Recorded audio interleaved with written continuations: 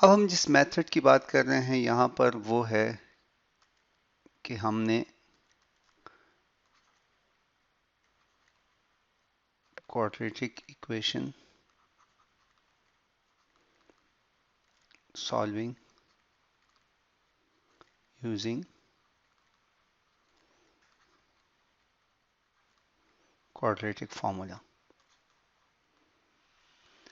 तो हमने quadratic formula को पहले डिराइव करना है और फिर हमने देखना है कि उसके थ्रू मैं आपको ये भी बताऊंगा कि इस फार्मूले को डिराइव करने से हमें क्या फ़ायदा हुआ और अब हम कैसे डायरेक्टली प्रॉब्लम्स को सॉल्व कर सकते हैं। तो देखें, शुरू करते हैं। सबसे पहली बात तो आप ये देखें कि हमारे पास क्वाड्रेटिक इक्वेशन की स्टैंडर्ड फॉर्म है a x square plus B x plus C is equal to 0, जिसमें कि हमें ये पता है कि ए बी और सी ये तीन रियल नंबर्स हैं और ये भी याद रखें कि a is not equal to 0। तो अच्छा, इसकी इंटरेस्टिंग बात यह है कि इस फार्मूले को डिराइव करने के लिए जो प्रोसीजर फॉलो किया गया है वो वही कंप्लीटिंग द स्क्वायर वाला है जो इससे पिछली वीडियो में हम देख चुके हैं। तो हम क्या करते हैं कि इसको अगर मैंने उस इक्वेशन के लिए सेट करना है तो पहले मैंने अपनी इस इक्वेशन से कॉन्स्टेंट्स को एक तरफ और वेरिएबल्स को दूसरी तरफ कर देना है। तो मैं वेरिएबल्स को यहाँ पर रखता हूँ a x square plus B x, और ये जो कांस्टेंट टर्म है इसको मैं इक्वल टू के यहाँ पे लाता हूँ, तो ये माइनस सी हो जाएगी। दूसरा स्टेप जो उसमें था कि आपने a के साथ जो भी टर्म है उस पर पूरी इक्वेशन को डिवाइड कर देना है ताकि a के पास x के पास एक्स स्क्वायर के पास जो भी टर्म थी उस पर आपने पूरी इक्वेशन को डिवाइड करना था ताकि एक्स स्क्वायर के पास जो कोफिशिएंट है that should be equal to 1।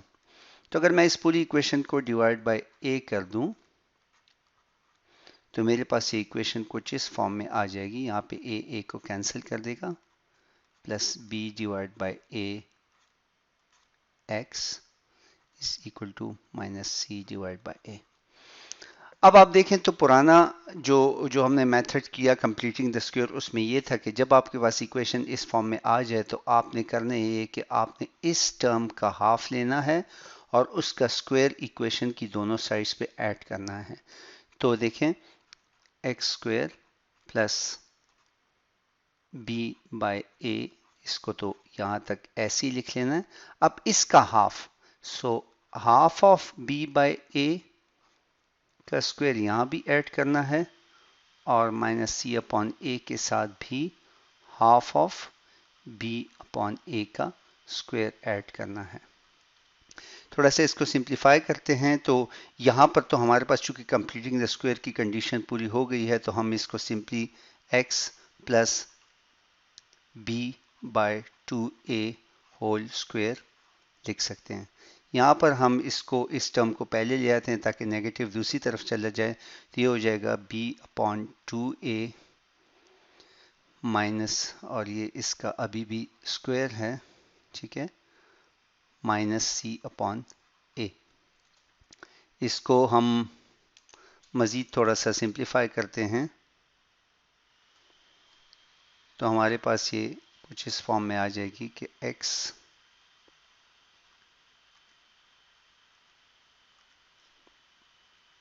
x plus B upon 2a whole square. इसको सिंप्लीफाई करें तो ये देखें, ये हमारे पास है b का स्क्वायर हो जाएगा डिवाइडेड बाय 4a स्क्वायर हो जाएगा माइनस सी अपॉन ए। इन दोनों टर्म्स का हम एलसीएम ले लेते हैं यहाँ पे, तो ये हमारे पास नीचे टर्म हो जाएगी 4a स्क्वायर, यहाँ पर b स्क्वायर माइनस 4ac, ठीक है। अब हमारे पास इक्वेशन यहाँ तक जो पहुंची है उसको मैं ज़रा नीचे दोबारा से अपने सामने लिख लेता हूँ, is equal to B square minus 4ac divided by 4a square. अब दोनों साइड का आप रूट ले लें, ठीक है। यहाँ पर तो ये रूट स्क्वायर को कैंसिल कर देगा, तो x plus B upon 2a, और यहाँ पर चूंकि रूट कैंसिल नहीं हो सकता तो हम कहते हैं कि plus minus B square minus 4ac divided by 4a square और इसका रूट। हम एक और सिंप्लीफिकेशन कर सकते हैं कि ये जो रूट होता है डिवाइड की फॉर्म में, ये रूट बराबर है इस चीज के कि बी स्क्वेयर माइनस 4ac का रूट, ठीक है, डिवाइडेड बाय 4a स्क्वेयर का रूट। और इसको हम मजीद सिंप्लीफाई करके यूं लिख सकते हैं कि b upon 2a is equal to plus minus B square minus 4ac divided by 2a। इस टर्म को हम यहाँ पर ले आते हैं तो ये हो जाएगा x इज इक्वल टू, यहाँ पर ये प्लस है तो यहाँ पर आकर ये माइनस बी अपॉन 2a हो जाएगा, और ये वैसे ही प्लस माइनस, सॉरी यहाँ पर रूट अभी मौजूद है, बी स्क्वेयर माइनस 4ac और ये रूट में है डिवाइडेड बाय 2a। दोनों टर्म्स के नीचे 2a कॉमन है तो हम इसको एक सिंगल इक्वेशन की फॉर्म में लिख सकते हैं। इसको हम यूं कर देते हैं कि minus B plus minus B square minus 4ac और इसका रूट डिवाइडेड बाय 2a। तो ये जो इक्वेशन है इसको मैं एक दफ़ा फिर यहाँ पर लिखता हूँ अपने सामने, x is equal to minus B plus minus B square minus 4ac, ये अभी भी रूट फॉर्म में है, डिवाइडेड बाय 2a। तो ये जो इक्वेशन मेरे पास बनी है बेसिकली, ठीक है, ये मेरे पास, इसको बोलते हैं क्वाड्रेटिक फॉर्मूला।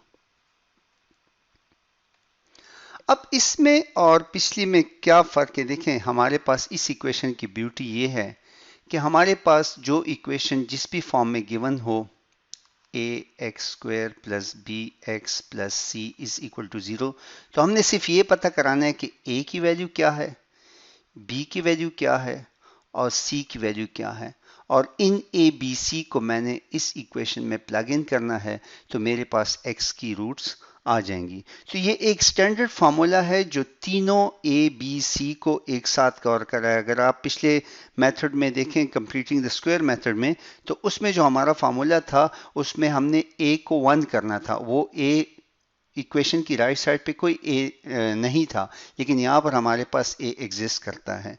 तो चलें इसको एक एग्जांपल के थ्रू देखते हैं, इंशाल्लाह आपको उससे समझ आ जाएगी कि हम क्या कहने की कोशिश कर रहे हैं। सपोज करें कि मेरे पास एक इक्वेशन है 3x square minus 6x plus 2 is equal to 0। इसको अगर मैंने क्वाड्रेटिक फार्मूले के थ्रू सॉल्व करना है तो मैं अपनी स्टैंडर्ड इक्वेशन लिखूंगा ax square plus B x plus C is equal to 0। इनको आप कंपेयर करें तो यहाँ से हमें पता चलेगा कि a की वैल्यू 3 है, b की वैल्यू -6 है और c की वैल्यू 2 है। हमारे पास क्वाड्रेटिक फार्मूला क्या है, x is equal to minus B plus minus B square minus 4ac का रूट, ठीक है, डिवाइडेड बाय 2a।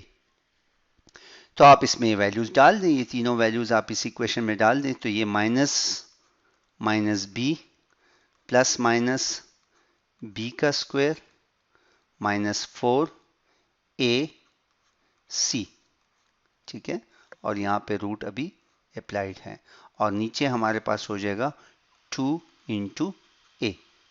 हम इसको मज़ीद सिंप्लीफाई करते हैं तो ये माइनस माइनस, ये वाला माइनस इस माइनस के साथ मल्टीप्लाई होकर इसको 6 कर देगा, प्लस माइनस ये जो हमारे पास टर्म है, ठीक है, ये जब हमारे पास स्क्वायर होगी तो 36 माइनस 4 इंटू 3 12 इंटू 2 24, ठीक है, रूट अभी अप्लाइड है यहाँ पे और इस इक्वेशन के नीचे मेरे पास आ जाएगा 6। तो ये हमारे पास बराबर हो जाएगी 6 प्लस माइनस रूट के अंदर जब हम 36 से 24 को माइनस करते हैं तो हमारे पास आ जाएगा 12 डिवाइडेड बाय 6। अब अगर ये इक्वेशन मजीद सिंप्लीफाई हो सकती है तो आप इसको सिंप्लीफाई कर सकते हैं, ठीक है, लेकिन हमारे पास बेसिकली जो x1 है वो बराबर हो जाएगी 6 प्लस 12 का रूट डिवाइड बाय 6, और x2 की वैल्यू होगी 6 माइनस 12 का रूट डिवाइडेड बाय 6। तो इस तरीके से आपके पास जैसे आप इसको सिंप्लीफाई कर देंगे, आपको आपका सोल्यूशन सेट, जो हमारे पास x का सोल्यूशन सेट था, वो बेसिकली हमारे पास यहां पर आ जाएगा। Sorry, this is 6।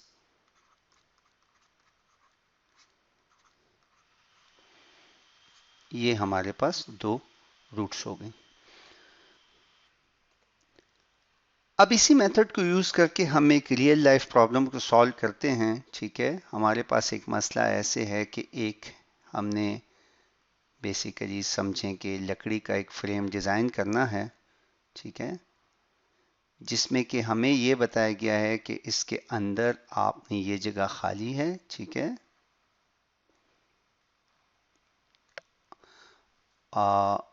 अगर मैं इसको फिल कर दूं तो बेसिकली हमने इस येलो एरिया को फाइंड आउट करना है। ठीक है, येलो एरिया को हमने फाइंड आउट करना है। ये पिंक एरिया हमने बेसिकली, मैं आपको बताता हूँ कि मैं क्यों कर रहा हूँ।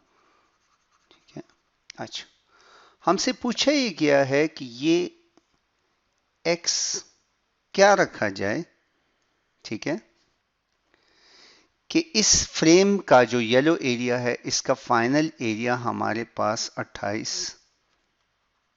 सेंटीमीटर स्क्वायर हो, और हमें क्या बताया गया है कि इस अंदर वाली साइड की ये जो लेंथ, ये जो साइड है, ये 11 सेंटीमीटर है, और ये जो साइड है ये 6 सेंटीमीटर है। ठीक है,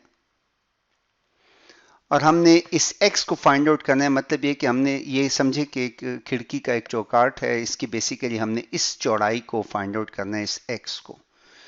तो आप क्या कर सकते हैं कि आप बेसिकली पहले इस पूरे का एरिया निकाल लें।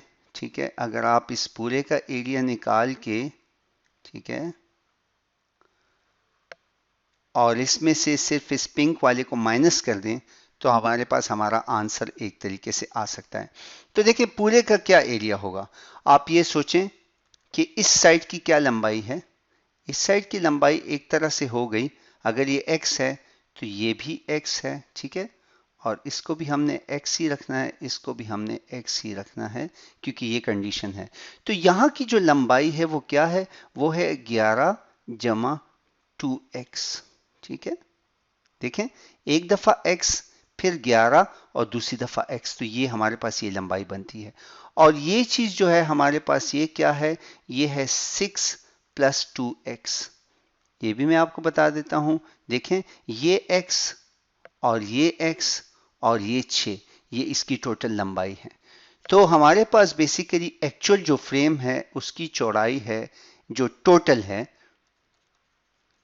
टोटल एरिया हमारे पास है 11 plus 2x multiply by 6 plus 2x।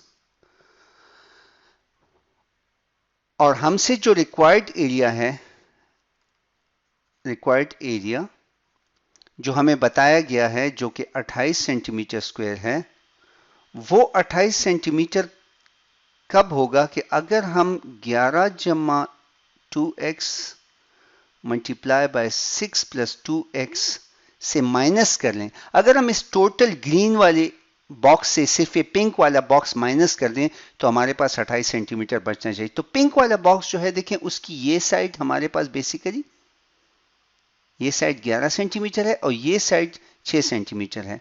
तो 11 ज़रब 6। ठीक है, इसको अगर हम एक्सपेंड करते हैं तो this will be 66 plus 22x plus 12x plus 4x square minus 66 which is equal to 28 centimetre square. ये हमारी, देखें, हमने यहाँ पे क्या की, इस चीज को समझें। हमने सिर्फ जो हमें स्टेटमेंट दी गई है, हमने उससे ये इक्वेशन डिराइव किया है। यहाँ पर ये 66 और ये 66 आपस में कट जाएगा और हमारे पास ये इक्वेशन बराबर हो जाएगी।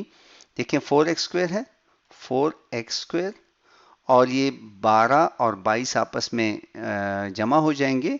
ठीक है, तो ये हमारे पास हो जाएगा plus x is equal to 28। ये हमारे पास एक इक्वेशन हमारी बन गई। अब जरा इस इक्वेशन पे सोचें, देखें अगर मैं इस इक्वेशन को यूं लिखूं कि 4x² plus 34x minus 28 is equal to 0, अगर मैं इसको इक्वल टू से यहां पे ले आता हूं और मैं इस इक्वेशन को अपनी स्टैंडर्ड इक्वेशन के साथ कंपेयर कर लूं, मेरी स्टैंडर्ड इक्वेशन क्या है, ax² plus bx plus c is equal to 0। तो मेरी a b c की क्या वैल्यूज हो जाएंगी, a बराबर हो जाएगा 4 के, b बराबर हो जाएगा 34 के और c will be equal to minus 28। तो हमारे पास क्वाड्रेटिक इक्वेशन का स्टैंडर्ड फार्मूला क्या था, minus B plus minus B square minus 4ac इसका रूट डिवाइडेड बाय 2a। ठीक है, इसमें आप अपनी वैल्यूज डाल दें, इस will be minus 34 plus minus 34 का स्क्वायर माइनस 4 इंटू ए हमारे पास 4 है और सी हमारे पास माइनस 28 है। ठीक है, और इसके ऊपर एक ओवरऑल रूट अप्लाइड है और नीचे हमारे पास 2 इंटू 4 है।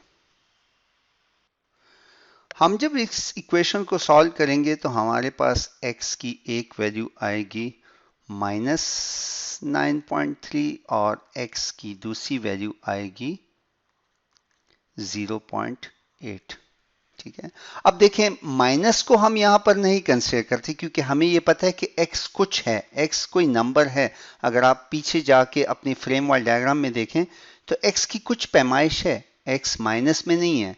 तो सिंपल एक लॉजिक यूज करके कि भाई x की अगर कोई डायमेंशन है तो हम कहते हैं कि x1 इज इक्वल टू 9.3 को हम खत्म कर देते हैं, माइनस की वैल्यू थी क्योंकि ये जो लेंथ है इज नॉट नेगेटिव, तो हम रह जाएंगे अपनी x की वैल्यू 0.8 के साथ और यही हमारा आंसर होगा। तो इस तरीके से आप रियल लाइफ इक्वेशंस को सॉल्व कर सकते हैं। देखें एक बात यहाँ पर समझें कि जब भी हमें कोई एक स्टोरी दी जाएगी, एक बात बताई जाएगी, देखें इसके साथ कोई भी कहानी हो सकती है, कोई भी चीज़ लिखी हुई हो सकती है कि मतलब सपोज करें कि कोई बंदा एक एल्यूमिनियम का फ्रेम बना रहा है जिसकी एक साइड इतनी है, दूसरी साइड इतनी है, आप उसमें से ये करें। ये प्रॉब्लम यूँ भी हो सकता है कि आप एक स्पोर्ट्स ग्राउंड डिज़ाइन कर रहे हैं जिसमें दरमियान में आपने हॉकी के ग्राउंड की जगह छोड़नी है। ठीक है, ये जो पिंक है ये सपोज वो कहते हैं कि हॉकी के ग्राउंड की जगह है और ये जो येलो है ये उसने यहाँ पर कोई रेस ट्रैक बनाना है, तो इसकी क्या चौड़ाई हो कि वो, तो सबसे ज़रूरी काम इस क्वेश्चन को सही तरीके से इसकी स्टेटमेंट को समझना है और उसको समझ के आपने फिर इसमें से जो आपने अपनी इक्वेशन बनानी है वो इसका असल स्टेप है। देखिए अगर आप इक्वेशन बना लेते हैं फिर तो मेरे ख्याल में फार्मूला आपके पास मौजूद है, क्वाड्रेटिक फार्मूला, आप इसको बड़ी आसानी से हल कर सकते हैं।